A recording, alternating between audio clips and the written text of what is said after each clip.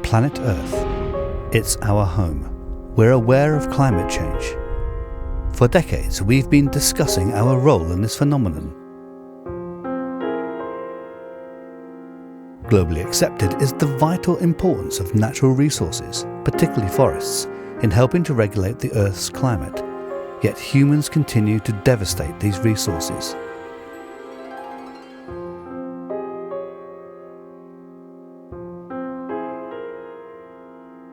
Those living in industrialized countries have become largely isolated from the Earth's natural environment. In turn, industrialization has led to greater pressure to exploit our environment. People just can't seem to truly individually conceptualize what we're doing to the natural world and ultimately to ourselves.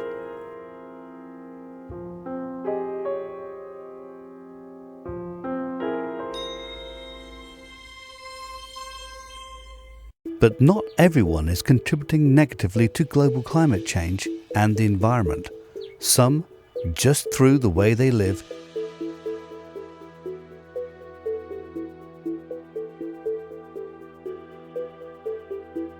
For centuries, the forest has been vital for our way of life.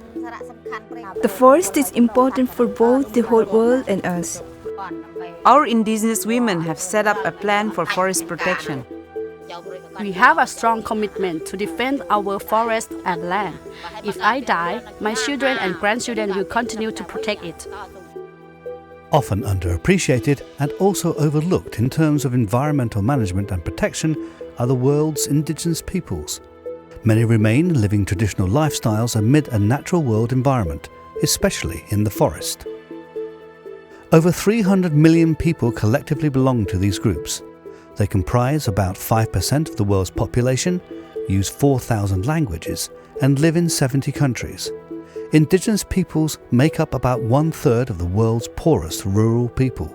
They depend heavily on the natural resources available to them, which is why it is so important that they maintain and protect their environment. Because, although not plugged into the global market system, they are especially vulnerable to its socio-economic and environmental related results. These indigenous people care greatly about protecting the natural resources vital for their and ultimately our survival. The forest creates the oxygen we breathe. The forest provides us with important things such as the tree resin we collect and sell in the market. This is a primary income source. It also provides for numerous types of non-timber forest products such as wildlife, vegetables, and honey. We are not afraid to die. If we lose our forest, we will die. Cambodia has one of the worst deforestation rates in the world. Its primary rainforest cover went from over 70% in 1970 to 3.1% in 2007. And this is where the indigenous Kouy people have lived for generations, amidst the forests of North Cambodia. Here, an inter-community women-led group is taking steps to protect the forests. But what is it they are protecting? What to some may seem to be simply a forest, for the women of the Prame commune, it is a resource and pantry that provides raw material for their daily lives and supplements for their diet, as well as the resin they sell mostly to boat builders.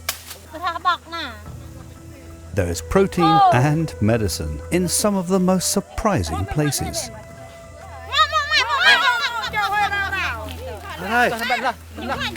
Oh my God, no!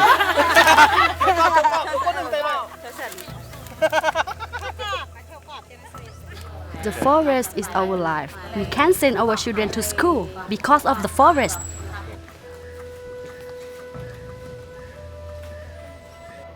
We don't borrow money from financial institutions for our way of life. We generate money from the forest sustainably, especially by collecting tree resin. So the forest is my everything. When we want to build a house, we go to the forest and get the wood. We practice our shifting cultivation techniques, which are not harmful to the natural environment. We use each place for 3 to 4 years, then leave it alone for 5 to 10 years. Each household has about 4 to 5 hectares, which is their own farming land that is not part of the big forest, which we reserve mostly for our resin trees. The women gather about once a week and head off into the forest to collect tree resin.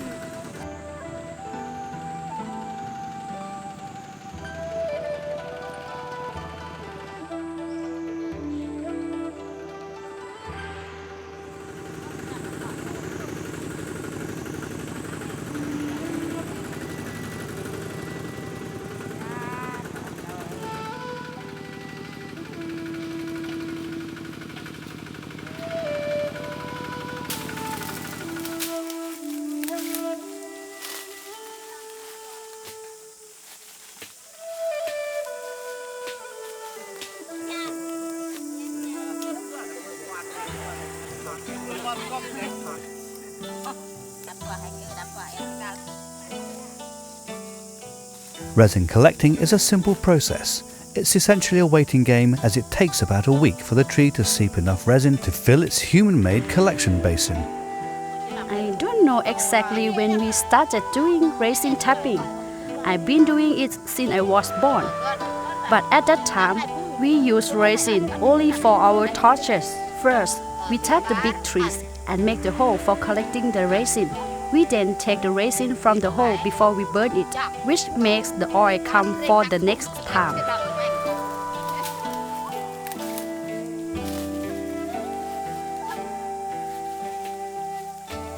We then transport the resin to our home. I guarantee that even if we burn the hole in the tree, it will not affect the tree's life. I received many trees from my parents, and I can still get the resin from them. We've done this for generations. The women go into the forest to collect a selection of non-timber products. This kind of tree is used as one of our traditional medicines. For generations, we have used this kind of tree for curing diseases, especially those related to women. For instance, this one is good for women after giving birth. It makes their breasts produce enough milk for the baby, and it's another one that is good to use during the menstrual cycle. These are the paella leaves. We use them to cover our torches that are filled by the tree resin. We can also use them as roofing materials for our houses that last a long time. This is a special tree we in the Kouy language call Ongre Tak. In Khmer, it's called Ongre Dak. It provides for many benefits. Its root is a cure for various diseases, and we eat the flower as a vegetable. It is very delicious and healthy, especially when we use for making soup with fish. This is a spider we call toh. We use it for our local food as well as a traditional medicine. In the past, we didn't have modern medicine, so we used this spider to treat the measles. We still use it for this in combination with modern medicine. These are only a few types of non-timber forest products we have collected from the forest. So the forest is really important for us.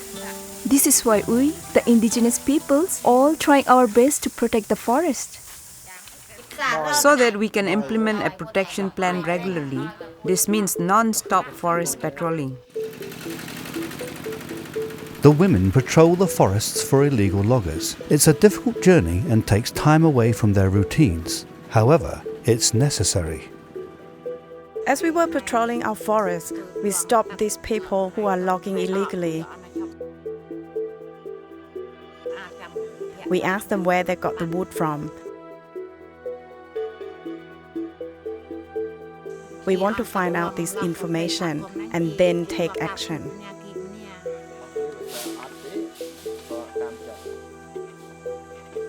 We said the forest is for our communities. They told us that this wood belongs to the district police military officer. We taken his wood a few times.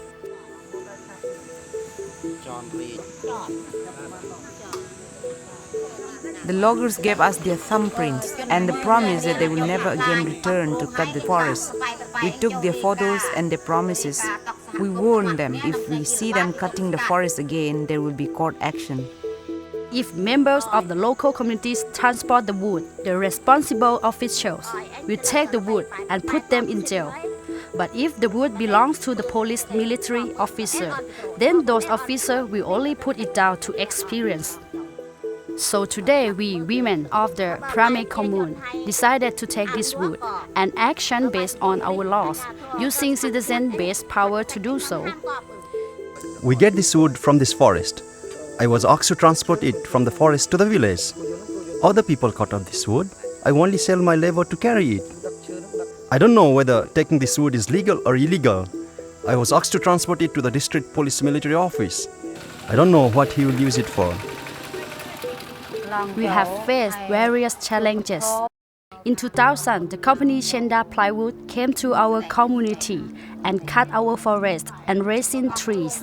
We complained and protested at the grassroots, national and international levels. The company stopped its activities in 2002.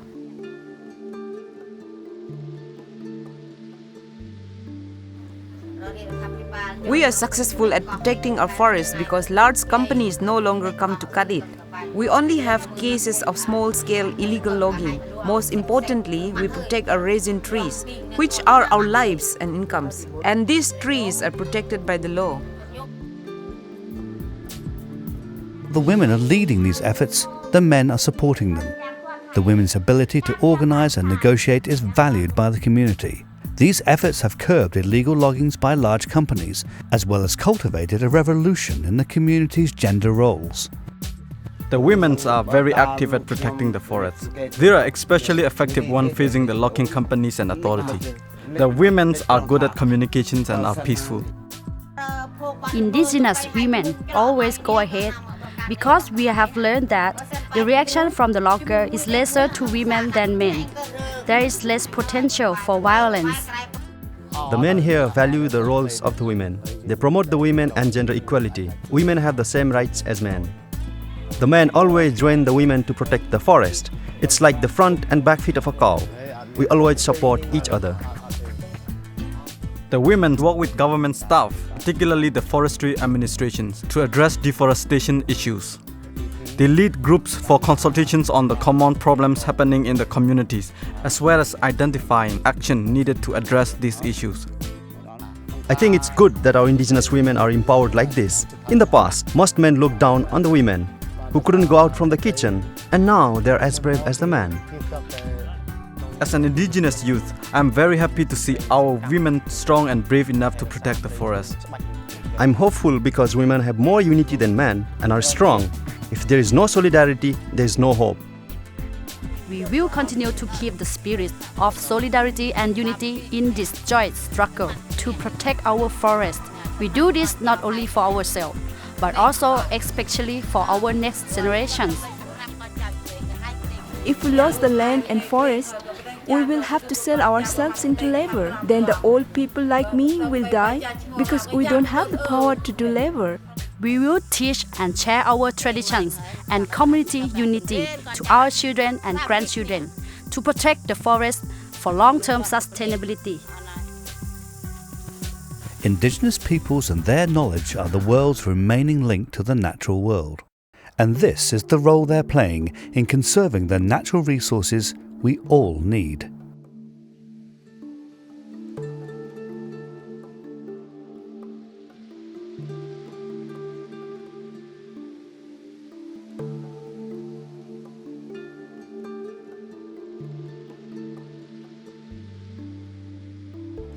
I would like to send a message, especially to women indigenous to other areas. Help protect the forest like the indigenous women here in Prame commune are doing for the long-term, sustainable benefit to people and the environment. Do it for our children and grandchildren, especially preserve the resin trees. Please keep in mind that the unity amongst indigenous people is vitally important.